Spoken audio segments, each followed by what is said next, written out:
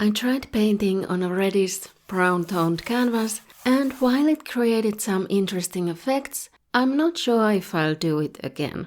I mixed some red, yellow, white and a bit of blue acrylic paint to make this muted reddish brown color, and then painted a quick messy layer of it on the canvas with a large brush, including on the edges of the canvas.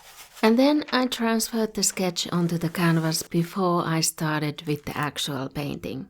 What I liked about the toned canvas straight away was that, first of all, it helps with the blank canvas problem. It's a little less daunting to start painting when the canvas is already covered with something.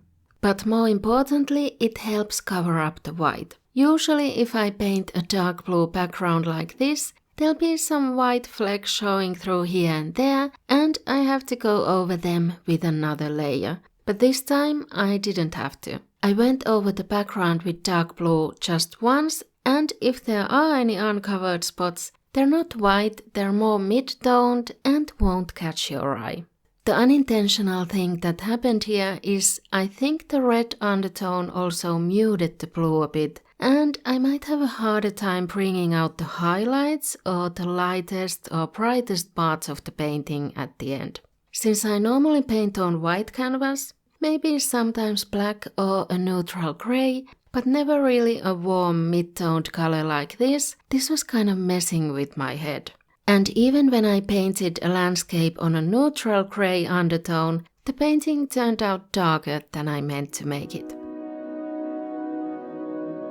Now here's where I really ran into a problem. I started painting the skin tone and mixing together some white, yellow, red and blue. I'm using whatever acrylics I have left for this painting, and they're more transparent than opaque and the toning shows through.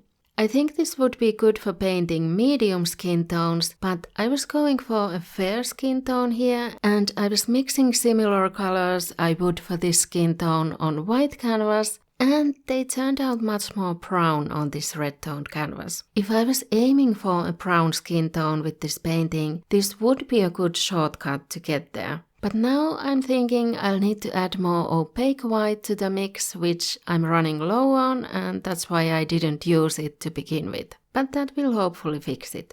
I didn't realize that since the canvas was already a mid-tone and darker and warmer than I wanted the skin tone to be, I should have mixed a lighter shade and maybe add more yellow and blue tones to cancel some of that out.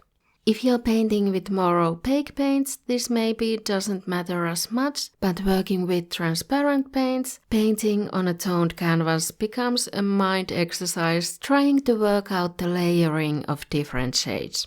On the little slivers of the dress, the transparency and red-toned canvas worked quite nicely. It just makes it look like the skin is slightly showing through the sleeves.